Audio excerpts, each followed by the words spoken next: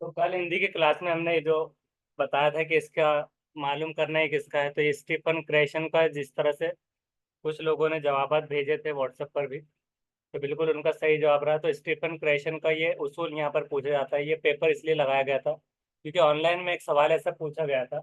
तो उसको एक ढूंढकर एक क्वेश्चन निकाल लेंगे जिसमें ये था, उसका मतलब जो सवाल अभी डायरेक्टली मिला नहीं है, लेकिन आपको ये बता देते हैं कि ऐसा सवाल रहता है वो, कि अगर कोई बच्चा आता है कोई एक नॉलेज लेकर, उसके पास कोई उसको स्किल है, और अगर वो ऑलरेडी उसके पास कोई स्किल है या फिर अर्जित भाषा अगर उसके पास है, अर्जन की हुई कुछ चीज है, तो वो कौन सी कैटेगरी में आएगा?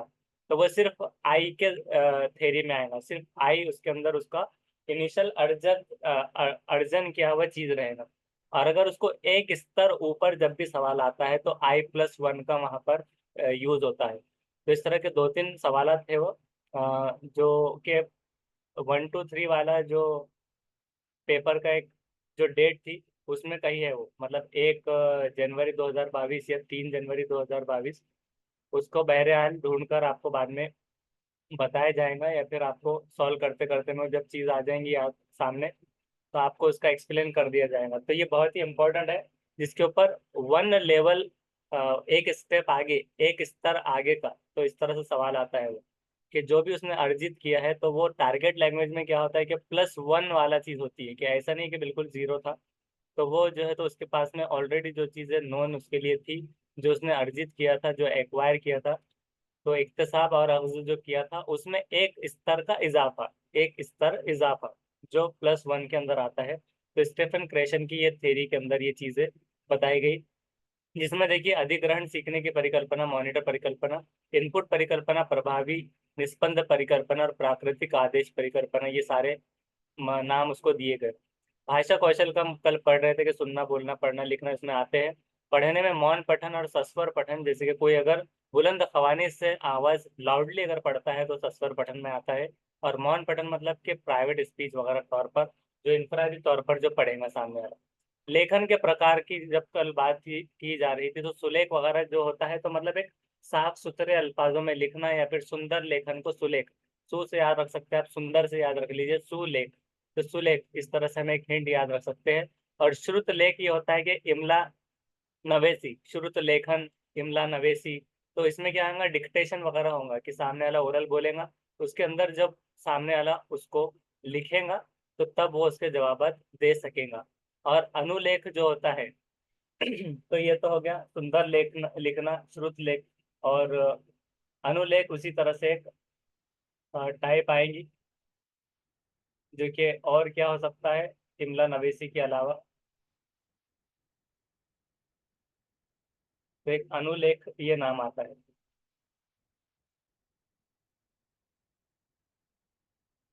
अनुलेख in हिंदी।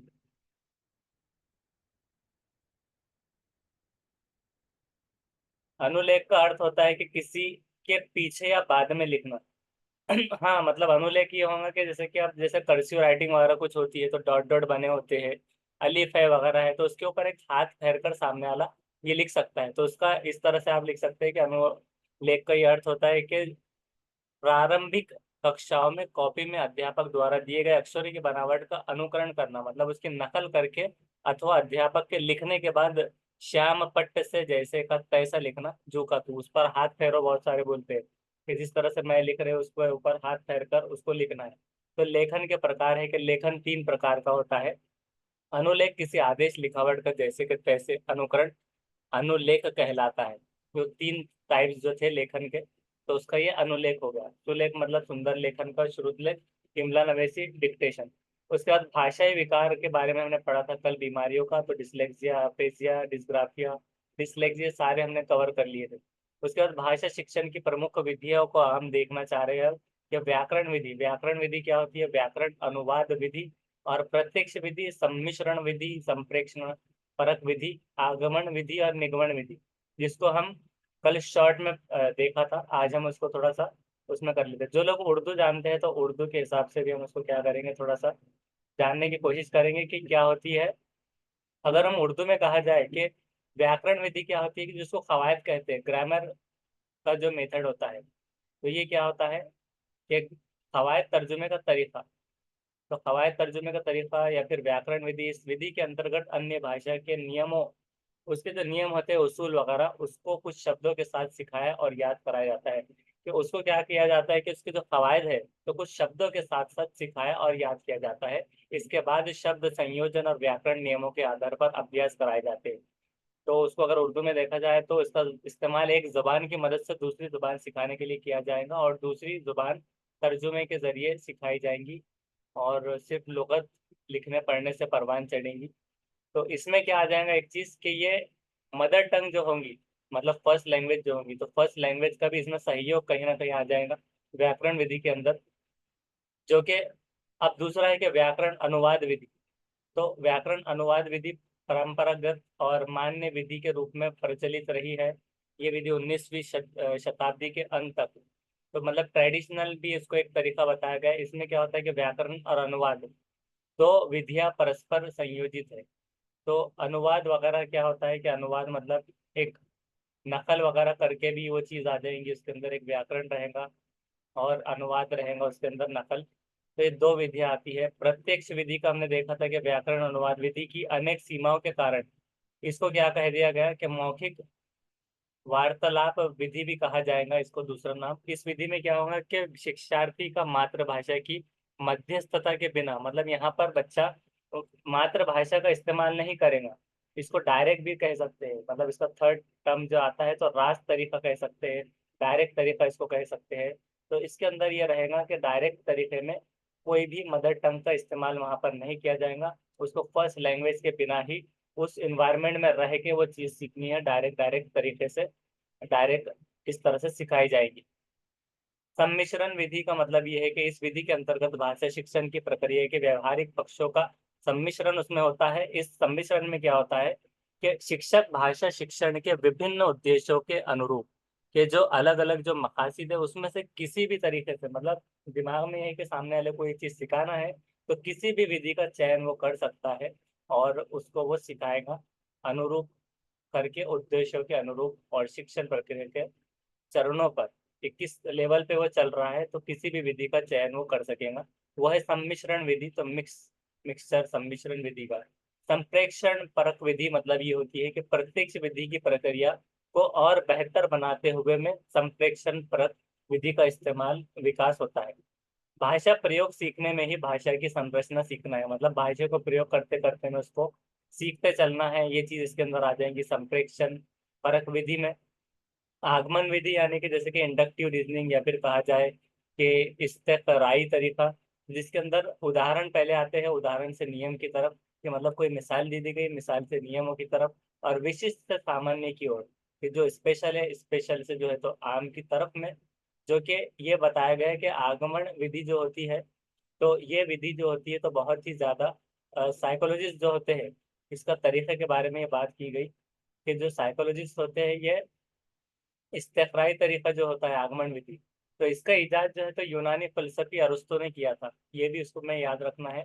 और ये कवायद के तदरीस का न्यू तरीका है और इसमें तलबा की मालूमात का इस्तेमाल करके कवायद की तालीम दी जाती है, तारीफों के मुकाम पर अमली जोर दिया जाता है। तो ये तरीका इस तरह से था। और जो दूसरा है उसको नाम है निगमन विधि या फिर डिडक्टिव रीजनिंग या फिर इस्तेखराजी तरीका कहा जाएगा। तो इसमें होता है पहले नियम, पहले उसूल कवायद रहेंगे, उससे मिसालों की तरफ, सामान्य आम से विशिष्ट की ओर ये रहेगा। अब इसके मुतालिक थोड़ा सा और पढ़ते हैं कि इससे बच्चों में खुद एतमादी वगैरह पैदा होती है। और मौजू तरीका ये कहा गया है इस्तेखराई वाला, जो आगमन विधि है उसको ज्यादा अच्छा तरीका बताया गया है और फिलोसफर्स के नजदीक इसके अगर कंपेयर किया जाए इस्तेखराजी के, निगमन विधि से अच्छा तरीका मतलब आगमन विधि होता है, ये हम याद रख सकते हैं।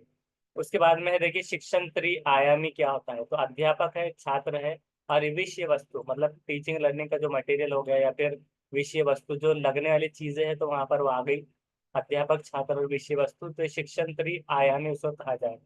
शिक्षण सूत्र क्या है, ज्ञात से अज्ञात की ओर, मतलब मालूम से नामालूम की तरफ, मूर्त से अमूर्त की तरफ, मतलब ठोस से जो है तो कंक्रीट से एब्स्ट्रैक्ट की तरफ में चीज आ जाएंगी। सरल से जटिल की तरफ में आ जाएगी, आसान से मुश्किल की तरफ। तो ये चीजें होती है, शिक्षण के सूत्र यहाँ पर बताए गए। शिक्षण सहायक सामग्री क्या होती है? दृश्य सामग्री और श्रव्य सामग्री, जिसको देखने में इस्तेमाल होंगी दृश्य सामग्री। श्रव्य यानी कि सुनने के लिए जो इस्तेमाल, ऑडियो के जो डिवाइसेस होंगे तो ऑडियो डिवाइसेस श्रव्य सामग्री। और दृश्य देखने से रिलेटेड, और दृश्य श्रव्य जो होगा तो ऑडियो विजुअल एड में आएगा, जो कि टेलीविजन वगैरह उसकी मिसालें हैं, कि जिसमें दोनों चीजें होंगी, ऑडियो भी होगा देखना। और क्रिया सहायक सामग्री ये होती है कि जो हेल्पफुल रहेगा मवाद रिसोर्सेस के तौर पर, जैसे कि कोई बच्चा है उसको सुनने में जैसे कि लैड हो गया, लैंग्वेज एक्विजिशन डिवाइस, या फिर ट्रांसलेशन मेथड हो गया, कुछ चीज हो गई जिसके जरिए वो क्रिया सहायक जो काम करने में उसकी मदद करेगा, तो क्रिया सहायक सामग्री इसे कहा जाएगा। दृश्य सामग्री वगैरह की अगर बात करें तो वो सिर्फ अगर देखने के हिसाब से अगर कोई चीजें रहेंगी तो चित्र हो गया वगैरह हो गया, कोई मतलब एक चार्ट लगा दिया आपने, कोई मैप्स है, आप उसके थ्रू में पूछ रहे हैं सवाल, तो वहां से आवाज तो नहीं आ रही, लेकिन उसको सिर्फ देखने की सामग्री है। श्रव्य सामग्री जो रहेंगी, तो अगर सुनने के हिसाब से अगर कोई चीजें है तो वो ये हो जाएगा कि मिसाल के तौर पे सुनकर चीजें रहेगी, कि मतलब ऑडियो है, ऑडियो कैसेट से, और उसी तरह से रेडियो है, ये हो गया, तो उसके अंदर क्या हो रहा है कि सिर्फ सुनना हो रहा है। और ऑडियो विजुअल जो एड रहेगा तो वो टीवी हो गई, जैसे कि तो टीवी में दोनों भी ऑडियो भी आएंगी और देखना भी रहेगा। मूल्यांकन और उपचारात्मक शिक्षण, यानी कि उपचारात्मक क्यों कहा गया, कि जो कि फायदेमंद हो, मुफीद शिक्षण हो, मूल्यांकन उसकी वैल्यूएशन हो, तो वो होना चाहिए। जो शिक्षा को जो शिक्षा का तरीका होना चाहिए तो मूल्यांकन और उपचारात्मक होना चाहिए। उसके बाद में उपलब्धि परीक्षा क्या होती है, तो उपलब्धि परीक्षा ये होती है कि इस परीक्षा का प्रमुख उद्देश्य ये होता है कि अनुमान लगाना होता है, एक अंदाजा लगाना है कि शिक्षण कार्यक्रम में शिक्षार्थियों ने क्या सीखा, कि क्या सीखा हमने। एक मतलब एक टेस्ट ले लिया जाए या फिर उनको रैंडम क्वेश्चंस पूछे जाए, भाषा कौशलों को कहाँ तक सीख पाया और उनके आधार पर भाषा का प्रयोग किस हद तक वो उपयुक्त ढंग से कर पाया है वगैरह। तो मतलब भाषा कौशल को किस तरह से वो कर पा रहा है, वो अपने जिंदगी में रियल लाइफ से जोड़ पा रहा है या नहीं, उनके आधार पर भाषा का प्रयोग, उसका इस्तेमाल किस हद तक वो कर पा रहा है, ये देखना। दक्षता परीक्षा क्या होती है, ये वाली कौन सी थी, उपलब्धि परीक्षा के उपलब्ध है वहां पर। और दक्षता परीक्षा क्या होती है, कि इसमें ये जाना जा सकता है कि शिक्षार्थी शिक्षण विषय को कहाँ तक समझ पाया है और भाषा कौशलों में उसकी दक्षता या प्रवीणता का कितना स्तर है, मतलब उसका प्रोग्रेस कहाँ तक हुआ, प्रवीणता कितनी है, दक्षता कितनी है। यहाँ पर दक्षता नहीं है, दक्षता या प्रवीणता यहाँ पर बताया गया। तो ये एक लेवल, एक ऐसा जानना है कि उसका प्रोग्रेसिव लेवल कहाँ तक पहुंचा है, कितने परसेंट पहुंचा है, कितना बाकी है। अभिरुचि परीक्षा ये होंगी कि इससे ये पता चलता है कि शिक्षार्थी भाषा सीखने के लिए उपयुक्त अभिरुचि रखता है या नहीं, कि उसकी दिलचस्पी है या नहीं, उस पर थोपा तो नहीं जा रहा लैंग्वेज, उसको खुद से दिलचस्पी है या नहीं। कोई भी चीज सीखने के लिए अगर इंसान का खुद से अगर जज्बा है, सपोज कीजिए अगर सीटेट की क्लास स्टडी 11 बजे, 11 बजे भी बहुत सारे लोग इंटरेस्टेड है, उन्होंने कहा कि ठीक है हम अवेलेबल है, और हम मतलब जुस्तजू है हमें सीखने के लिए, तो हम मतलब चलो नींद की कुर्बानी दे देते हैं, टाइम की कुर्बानी दे देते हैं, और हम इसको सीखते हैं। तो एक अभिरुचि हो रही है कि बच्चों में, मतलब जो जो स्टूडेंट्स जो कैंडिडेट्स हैं, यानी कि सीटेट के एस्पिरेंट्स जो है, तो उनके अंदर एक अभिरुचि रखता है, तो इस वजह से वो अटेंड कर पा रहा है, कि हजारों बच्चों में से वो कुछ स्टूडेंट्स उसको अटेंड कर पा रहे हैं, कि बिल्कुल दिमाग में रख के टाइम रखकर दिलचस्पी से। ये भी अनुमान इसमें लगाया जा सकता है कि शिक्षार्थी अपेक्षित शिक्षण में सफल हो पाएगा या नहीं। तो अब इसके अंदर सपोज कीजिए कि आगे टेस्ट देखते हैं या फिर सवालों के जवाब देखते हैं, तो उसमें समझ में आ सकता है कि कहाँ तक वो सीख पा रहे हैं और वो सफल हो पाएंगे या नहीं।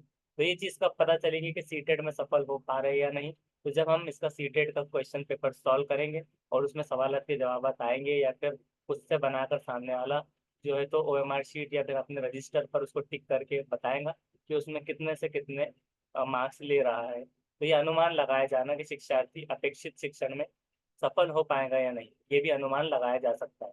इसके लिए ये आवश्यक नहीं है कि शिक्षार्थियों को लक्ष्य विषय का पूर्व ज्ञान है, कि ऐसा नहीं है जरूरी कि हिंदी के ताल्लुक से आपको क्या मालूम था क्या नहीं मालूम था, किंतु दक्षता परीक्षा के लिए लक्ष्य विषय का ज्ञान होना आवश्यक है, कि दक्षता परीक्षा के लिए लक्ष्य विषय का ज्ञान होना आवश्यक है। तो ऐसे कोई भी चीज की जरूरत नहीं रहेगी कि जो परीक्षा लेने वाले हैं उसके लिए लक्ष्य के लिए विषय का ज्ञान कुछ जरूरी बुनियादी मालूमात होना, केवल एक अनुमान लगाया जा रहा है कि उसमें अभिरुचि है यानी दिलचस्पी चेक की जा रही है, और ये मतलब कामयाब हो पाएगा या नहीं। तो ये हो जाएगा अभिरुचि परीक्षा।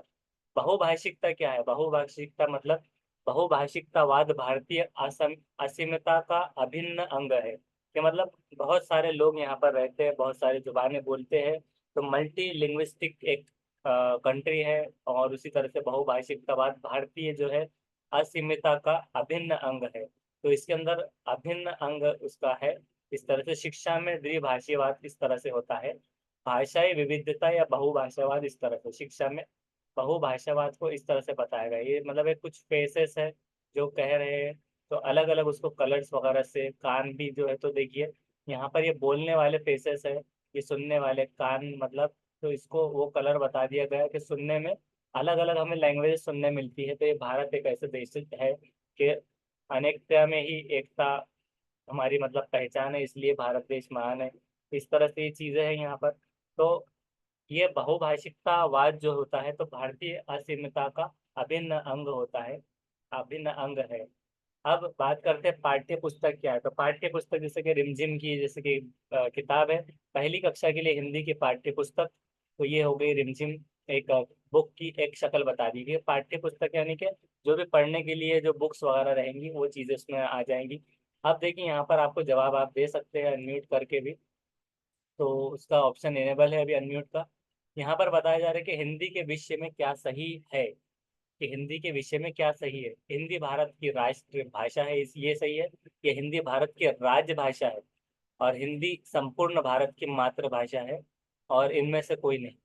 तब देखिए संपूर्ण भारत की मातृभाषा तो नहीं होंगी, और हिंदी सरकारी जुबान तो है, तो उस हिसाब से उसको मतलब एक गवर्नमेंट लैंग्वेज राष्ट्रभाषा यहाँ पर ऑप्शन जो है। तो यहाँ पर वैसे तो ये टिक किया गया कि भारत की राजभाषा है, कि राजभाषा जो कि एक गवर्नमेंट के हिसाब से जो काम में आ रही है, तो वो एक चीज हो रही है राष्ट्रभाषा, यानी कि भारत की राष्ट्रभाषा ये हो जाएगा। तो ये याद रखना है उसमें अगर ऐसे सवाल आता है तो। उसके बाद में दूसरा देखते हैं कि त्रिभाषा सूत्र सर्वप्रथम किसके द्वारा सुझाया गया था। कि त्रिभाषा का सूत्र जो है, तो जो त्रिभाषा हमने देखा था, तो उसका सूत्र जो है तो सर्वप्रथम किसके द्वारा। तो कोठारी आयोग, कोठारी कमीशन के ताल्लुक से सवालात आते हैं। तो कोठारी कमीशन ने त्रिभाषा सूत्र का सबसे पहले सुझाया गया था। दूसरे ऑप्शन इसमें जो दिए जा रहे हैं, मुदालियर आयोग, सेटलर कमीशन, गांधी जी, ये याद नहीं रखना है, कोठारी कमीशन याद रखना है। उसके बाद निम्न में से कौन सा कथन सही है, क्या सही है इसमें से। भाषा अर्जन एक सहज प्रक्रिया है, और भाषा अधिगम एक प्रयासपूर्ण प्रक्रिया है। मतलब इसमें प्रयास करना पड़ता है, एक मेहनत इसमें होंगी, प्रयास होगा, और ये सहज प्रक्रिया एक ये अख्ज कर लेगा, गेन कर लेगा, और एक लाइफ का प्रोसेस है। तो दोनों भी सही हो रहे हैं, ए और बी दोनों भी सही है यहाँ पर। तो कथन दोनों भी सही है। अब नेक्स्ट क्वेश्चन पे चलते हैं कि प्राथमिक स्तर पर हिंदी भाषा सिखाने के लिए सबसे अधिक ज्यादा जरूरी क्या होता है। प्राइमरी लेवल पर हिंदी भाषा सिखाने के लिए क्या वो भाषा शिक्षण का भाषा ज्ञान होना है? तो नहीं। कक्षा में रंगीन पाठ्य पुस्तकें? तो नहीं। कक्षा में लिखित आकलन? नहीं। बल्कि कक्षा में प्रिंट समृद्धि परिवेश, तो एक माहौल को कहेंगे, परिवेश इन्वायरमेंट को। तो प्रिंट समृद्धि के प्रिंटेड मवाद मिलना चाहिए। तो वो होगा कि प्राइमरी लेवल पर हिंदी भाषा सिखाने के लिए सबसे ज्यादा जरूरी है कि कक्षा में प्रिंट समृद्धि परिवेश मिले, परिवेश। उसके बाद है बच्चे बोलचाल की भाषा का अनुभव लेकर विद्यालय आते हैं, इसका निहितार्थ क्या होता है। इसका मतलब क्या हो रहा है कि बच्चे बोलचाल की भाषा का एक तजुर्बा लेकर आ रहे हैं विद्यालय, मतलब उनको एक फर्स्ट लैंग्वेज आती है, उनकी जो खुद की है कल्चरल, और उसी तरह से उनकी जो लैंग्वेज है वो बोलते हैं वो। तो उसका मतलब क्या है कि बच्चों की बोल चाल की भाषा ना सिखाई जाए, कि बच्चों को बोल चालने वाली भाषा मत सिखाओ, कि बच्चों की बोल चाल की भाषा को सुधारा जाए, या बच्चों की भाषाई अनुभवों का उचित प्रयोग किया जाए, या फिर बच्चों की भाषाई अनुभवों को कक्षा के बाहर रखा जाए। तो उसका सही जवाब है कि बच्चों की भाषाई जो अनुभवों का उचित प्रयोग किया जाए, कि सही इस्तेमाल उनका किया जाए। उसी तरह नेक्स्ट क्वेश्चन है कि भाषा सीखने सिखाने में आप किसे सबसे ज्यादा अधिक महत्वपूर्ण मानते हैं। सबसे ज्यादा तो वो होता है कि सामाजिक अंतक्रिया। सामाजिक अंतक्रिया मतलब ये होता है कि सोशल के हिसाब से जो इंटरेक्शन वगैरह हो गया, सोशल अंतक्रिया, सोशल तालमेल और सोशल इंटरेक्शन। संज्ञानात्मक विकास यहाँ पर नहीं है, कॉग्निटिव डेवलपमेंट यहाँ पर नहीं आएगा सीखने सिखाने में भाषा। सबसे ज़्यादा ज़रूरी और सबसे ज़्यादा इम्पोर्टेंट आप मानेंगे सामाजिक अंतक्रिया का, कि समाज से वो भाषा सीखने में ज़्यादा मदद मिलेगी। दृश्य श्रव्य सामग्री भी नहीं है, बाल साहित्य भी नहीं है, ये वाला हार्ड जा सकता है। जब आपको सवाल का जवाब ना मालूम हो तो ये क्वेश्चन जो है तो आपको हार्ड जा सकता है, तो आपको सामाजिक अंतक्रिया ये याद रखना है। अधिक महत्वपूर्ण भाषा सीखने सिखाने में वाइगोट्स्की ने भाषा विकास का डैश परिप्रेक्ष्य प्रस्तुत किया।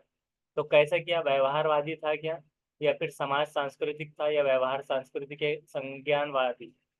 तो ये था समाज संस्कृति। तो जब भी वाइगोट्स्की का नाम आता है तो जुड़ा होता है कहीं ना कहीं सोशल से, समाज से, संस्कृति से, कल्चरल से, प्राइवेट स्पीच से, सेल्फ रेगुलेशन से, और इनर और प्राइवेट स्पीच से जुड़ा हुआ इनका सवाल का जवाब आता है।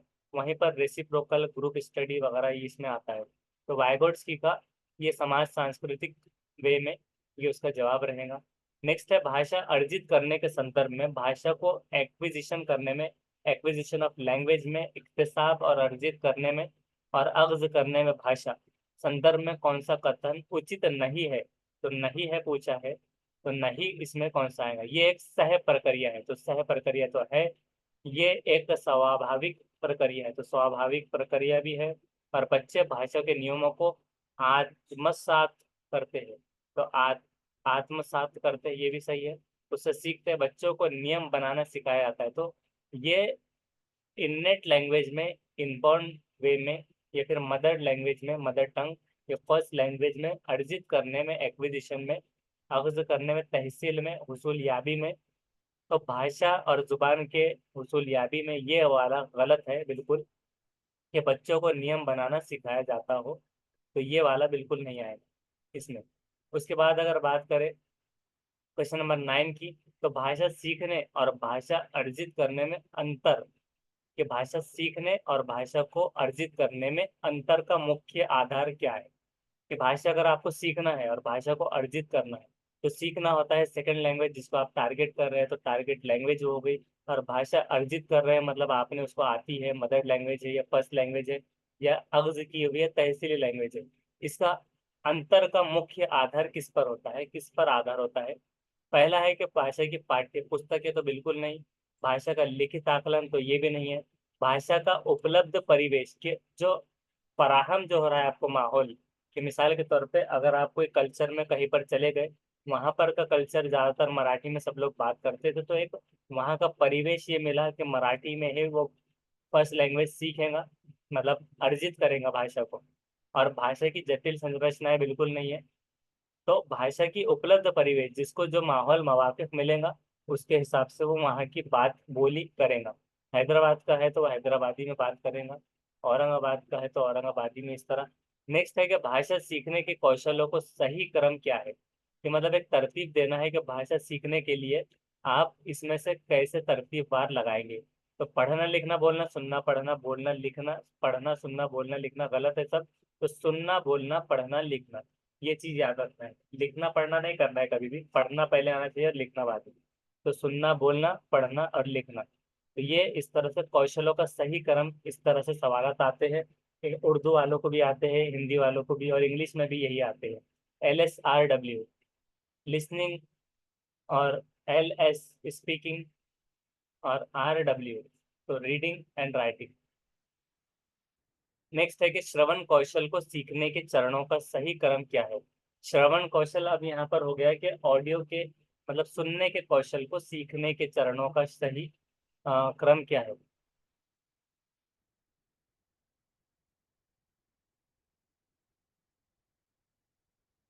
ध्वनि को कानों तक पढ़ना, मतलब अभी सुनने की जब बात चल रही है तो श्रवण, तो ध्वनि का कानों तक पढ़ना। प्रयोग, तो यहाँ पर प्रयोग डायरेक्ट नहीं आएगा सेकंड पे, अर्थ ग्रहण। तो पहले अर्थ ग्रहण होगा। अब देखिए यहाँ क्या था, अर्थ ग्रहण पहले डायरेक्ट समझ गया, फिर कानों पर पढ़ रहा है, तो ऐसे तो होगा नहीं कभी भी। प्रयोग पहले इस्तेमाल कर दिया फिर कानों तक पढ़ रहा है, ऐसे भी नहीं होगा। तो प्रयोग को आपको हमेशा याद रखना है कि आप उसको लास्ट में रखेंगे।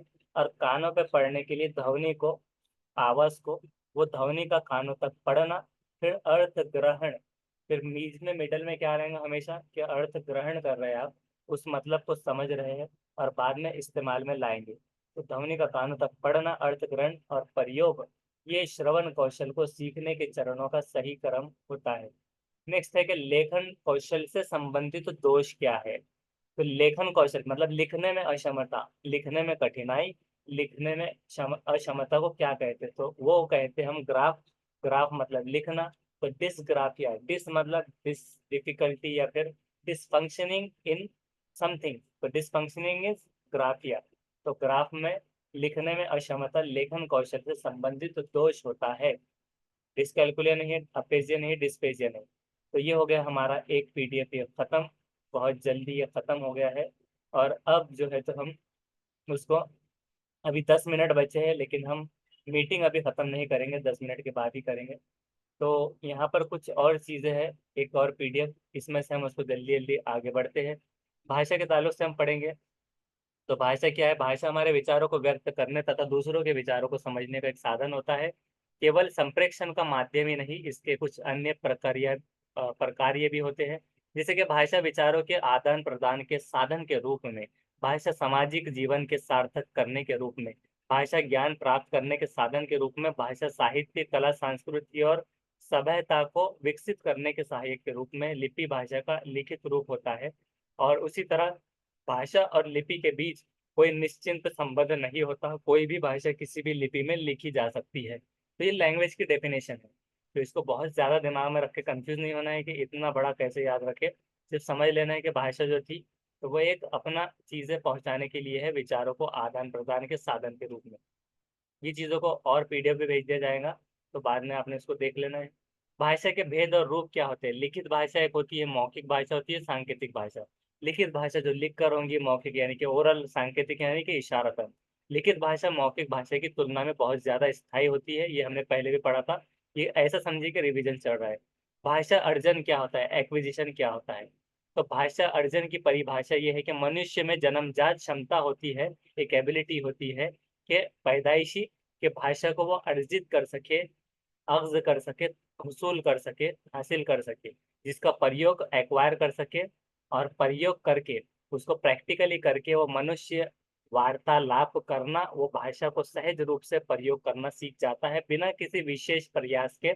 इसी को भाषा अर्जन कहते हैं कि कोई बिल्कुल कोई कवायद वगैरह के जरिए जो अगर वो सीख जाएगा तो उसी को एक भाषा एक्विजिशन कहा जा रहा है, भाषा अर्जन। अब इसमें है कि स्वाभाविक प्रक्रिया भी है, ये एक वातावरण का प्रभाव उस पर पड़ता है। सहज प्रक्रिया होती है, अचेतन या अवचेतन प्रक्रिया होती है। मतलब कोई उसमें ग्राम मतलब उसमें कोई डिफिकल्टी नहीं होती कि रूल वगैरह टीचर ही होगा, और उसको बंदिश से नहीं होती कवायद की। उसी तरह अर्जन का संबंध मातृभाषा से ज्यादा होता है। अनौपचारिक प्रक्रिया है कि अनौपचारिक मतलब इनफॉर्मल वे है, फॉर्मल नहीं है बिल्कुल भी। घरेलू माहौल वगैरह मिलता है, और उसी तरह से 24 घंटे मतलब ऐसा कोई 24 घंटे अवेलेबिलिटी होती है सीखने के हिसाब से, मान लिया जाए तो। भाषा अर्जन किस वजह से होता है, किस तरह से होता है, किस वजह से? तो वजह जानना है भाषा अर्जन की। हमारे अंदर आंतरिक क्षमता है कि खुद से अंदरूनी एक सलाहियत है कि हम भाषा को स्वाभाविक रूप से अर्जित कर लेते हैं अपने पर्यावरण से। कि एक इंसान जो भी पैदा होता है तो एक उसके अंदर एक सलाहियत होती है कि जिस भी माहौल में, चाइना में पैदा हो गया, अमेरिका में पैदा हो गया, इंडिया में होगा, हैदराबाद में, कहीं पर भी, तो अब वो उसका पर्यावरण से क्या करता है कि भाषा को अर्जित करता है। जैसे कि सबसे जब से बच्चा पैदा होता है तब से परिवार वाले उससे बातें करते हैं, जैसे बच्चे को भाषा आती है किंतु बच्चा ऐसे ही भाषा अर्जित करता है पर्यावरण से, सुनकर, देखकर, बोलकर इत्यादि। मातृभाषा क्या होती है? Mother language, mother tongue. किसी भी व्यक्ति के लिए भाषा का पहला रूप अर्थ बच्चे के घर में बोली जाने वाली भाषा होती है। तो फर्स्ट सोशलाइजेशन एजेंसी भी फैमिली होती है। डेफिनेशन ये है कि भाषा अर्जन एक ऐसी प्रक्रिया है जो बिल्कुल स्वाभाविक होती है। सामान्य बच्चा मातृभाषा का अर्जन परिवार से ही कर लेता है। स्कूल आने से पहले ही वो मातृभाषा में अपनी बात कहने और समझने में सक्षम होता है, उसको चीजें आती है। भाषा अधिगम क्या है? अब भाषा की आमोजिश। तो अधिगम में प्रयास की आवश्यकता पड़ती है। इसमें क्या होता है कि एक प्रयास है, एक मेहनत करनी होगी। चेतन रूप से सीखी जाती है, कि उसके अंदर एक उसूल कवायद रहेंगे कि कवायद के जरिए सीखना है, नियम सीखने होते हैं, किताबें पढ़नी होती है, कौशल सीखने होते हैं, शिक्षकों की वहां पर जरूरत पड़ती है, एक शिक्षक होना जरूरी है।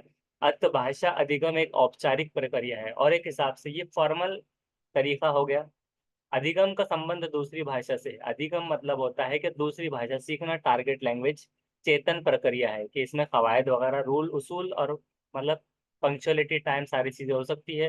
प्रयास पूर्ण रहना पड़ेगा, कि प्रयास करते रहना पड़ेगा, मेहनत और मशक्कत और मशक करते रहने पड़ेगी। औपचारिक माहौल चाहिए, उसके लिए क्या है कि एक औपचारिक माहौल चाहिए, एक साइलेंट वे, एक मतलब औपचारिक वे और फॉर्मल माहौल उसको चाहिए। और उसी तरह से स्किनर के अनुसार भाषा अनुकरण यानी कि तकलीद, जो सामने वाला जो कॉपी करता है और उसकी नकल जो करेगा, प्लस पूर्ण बलन से सीखी जाती है, कि नकल करके और पूर्ण बलन से एक कोशिश वगैरह करके सीखी जाएंगी। वाइगोट्स्की के हिसाब से भाषा सामाजिक क्रिया द्वारा सीखी जाती है, कि समाज से सामाजिक क्रिया करके वो सीखी जाएंगी। व्याकरण को संदर्भ में सिखाया जाना चाहिए, कि जो व्याकरण रहेगा, ग्रामर, तो उसको संदर्भ में सिखाना चाहिए, यहाँ पर कहा जा रहा है। और भाषा सीखने के लिए प्रिंट समृद्धि वातावरण दिया जाना चाहिए, कि printed material, TLM, teaching learning material वगैरह भी हो गया, तो प्रिंट समृद्ध वातावरण वहां पर दिया जाना चाहिए भाषा सीखने के लिए। भाषा अर्जन और भाषा अधिगम में क्या अंतर है, फर्क क्या है? तो भाषा अर्जन होता है कि अवचेतन प्रक्रिया है, और भाषा अधिगम चेतन प्रक्रिया है, मतलब वहां पर कोई कवायद वगैरह रूल रहेंगे और यहाँ पर नहीं रहेंगे, अधिगम में रहेंगे। स्वाभाविक प्रक्रिया है कि एक हिसाब से मतलब यहाँ पर कोई कवायद वगैरह नहीं रहेंगे, और नियमबद्ध प्रक्रिया है कि उसूलों से चलना होगा। अनौपचारिक प्रक्रिया है, मतलब एक इनफॉर्मल वे है और एक फॉर्मल वे है, औपचारिक प्रक्रिया। दूसरी भाषा है और ये मातृभाषा है, फर्स्ट लैंग्वेज। उसी तरह भाषा अर्जन और भाषा अधिगम का मुख्य अंतर क्या होता है, मेन क्या डिफरेंस है? तो वातावरण का सबसे पहले तो है कि वातावरण, माहौल, परिवेश। मातृभाषा हमेशा अर्जित की जाती है, मातृभाषा ऐसा नहीं है कि किसी को कह दिया गया कि इसने मदर टंग सीख कर आया है, कि इसने मादरी जुबान को सीख लिया है या मादरी जुबान सीखना चाहता है। मादरी जुबान हमेशा हासिल की जाती है, एक्विजिशन की जाती है, अर्जित की जाती है, अख्ज और हासिल की जाती है। बच्चा एक से अधिक भाषाएं भी अर्जित कर सकता है, मतलब वातावरण में रहकर। ऐसा नहीं है जरूरी कि उसको, अब कुछ कुछ लोग होते हैं जिनको हिंदी भी आती है, वो मराठी भी बोल लेता है, उसको मतलब मराठी का माहौल मिल गया, यानी कि नॉन मुस्लिम ब्रदर्स है, नॉन मुस्लिम माहौल वहाँ पर है, और वो मराठी में बात करते हैं, तो ये भी रहते रहते में भाषा अर्जित कर लिया। तो एक से अधिक भाषाएं भी अर्जित कर सकता है वो, कि वहाँ के रहने वाले कुछ लोग मतलब ऐसे होते हैं जो, मिसाल के तौर पे कहीं कहीं की भाषाएं होती है अलग अलग, तो वो भी सीख लेते हैं वहाँ पर रह रहकर उनके साथ में। तो ये भाषाएं एक से अधिक भी सीखी जा सकती है वातावरण से, ये भी पॉसिबल है अर्जन में। उसके बाद है टारगेट लैंग्वेज, क्या होती है? लक्ष्य भाषा, दूसरी भाषा या स्कूल की भाषा। मातृभाषा क्या होंगी? कि मदर टंग भाषा का पहला रूप है, और हमेशा इसको अर्जित किया जाता है। बच्चे अपनी मातृभाषा का प्रयोग करते हुए हिंदी भाषा की कक्षा में अपनी बात कहते हैं। बच्चे क्या कर रहे हैं? अपनी मातृभाषा का प्रयोग भी कर रहे हैं, जैसे कि किसी की उर्दू है तो उसका इस्तेमाल करते हुए मैं हिंदी भाषा की कक्षा में अपनी बात कहते हैं। ये बात क्या है? स्वाभाविक है, निंदनीय है, कि विचारणीय है, या अनुचित है? कि गलत कर दिया उसने, निंदनीय है मतलब शर्मिंदगी का बात है, विचारणीय है कि इस पर सोचना चाहिए, तो वो है पहला स्वाभाविक। तो स्वाभाविक है ये बात, मातृभाषा का प्रयोग करते हैं, और उनको सीडीपी ये कहता है ये सारी चीजें कि उसको अपनी मातृभाषा में पहली से पांचवी तक एटलीस्ट उसको इस्तेमाल में लाई देनी चाहिए, इनिशियल लेवल पे एटलीस्ट। उसके बाद नेक्स्ट है कि एनसीएफ भी कहता है कि बच्चे को, यहाँ पर आ गया देखिए, एनसीएफ भी ये कह रहा है, नेशनल करिकुलम फ्रेमवर्क भी कह रहा है कि बच्चे को प्राथमिक स्तर पर, प्राइमरी लेवल पर बच्चे की मातृभाषा जो है, तो मदर टंग जो है, उसका प्रयोग करने दो, ताकि बच्चा स्वाभाविक तथा सरल प्रक्रिया से सीखेगा, कि उसको हार्ड नहीं जाएगा बिल्कुल भी, वो आसानी से वो चीज़ सीखेगा, स्वाभाविक तौर से सीखेगा, ऐसे ही सीखेगा कि जैसे वो मदर टंग सीख रहा है। बच्चे की स्वयं को अभिव्यक्त करने देंगे अपनी मातृभाषा में। तो क्या क्या करना है? कि बच्चे को खुद को अभिव्यक्त करने देंगे अपनी मातृभाषा में। मातृभाषा प्रयोग करने की वजह से बच्चे की भाषा में क्षेत्रीय भाषा का प्रभाव हो सकता है, कि मातृभाषा प्रयोग करने की वजह से क्या हो सकता है? कि बच्चे की जो लैंग्वेज है उसमें जो एरिया में वो रह रहा है, तो क्षेत्रीय भाषा मतलब थोड़ी थोड़ी दूर पर वो बोलियां जो होती है वो चेंज होती है, उसका प्रभाव वो पड़ सकता है। जैसे कि सड़क को सड़क बोलना, कुछ लोग क्या करते हैं कि बिहारी वगैरह इस तरह से, कि सड़क है तो सड़क, और उसी तरह से नकल को नकल कहते हैं बहुत सारे, और पता नहीं मतलब बहुत सारी चीजें अलग अलग होती है। तो ये एक स्वाभाविक बात है। मतलब हैदराबाद चले जाए, किसी इधर चले जाए, तो नहाने को पानी नहाना, उसमें पानी जबरदस्ती जोड़ दिया जाएगा। तो ऐसे चीजें हो सकती है। तो बहुत सारे लोग यहाँ पर बीड़ के लोग अलग कहेंगे, अलग अलग लहजे अलग। तो इसमें क्या होगा कि मातृभाषा प्रयोग करने की वजह से बच्चे की भाषा में क्षेत्रीय भाषा का प्रभाव भी हो सकता है। और हम मातृभाषा मदर टंग और बहुभाषिता मल्टीलिंगुअलिज्म को स्वीकार करते हैं इस कक्षा में। तो ये हमें याद रखना होगा कि मदर टंग और मल्टीलिंगुअलिज्म को इजाजत दी जाएगी एक कक्षा में। भाषा के विविध रूप है, एक ही मिनट रह गया है, कभी भी मीटिंग बंद हो सकती है। तो जब तक हो रहा है इसको देखते हैं। तो मदर टंग होता है भाषा का पहला रूप, नेशनल लैंग्वेज मतलब राष्ट्रभाषा कहा जाएगा। जो कि संवैधानिक तौर पर हिंदी भारत की राष्ट्रभाषा नहीं है। ये याद रखना है, इससे पहले जो सवाल आया था वो राजभाषा है, नॉट अ राष्ट्रभाषा। तो संवैधानिक तौर पर हिंदी को भारत की राष्ट्रभाषा नहीं माना गया।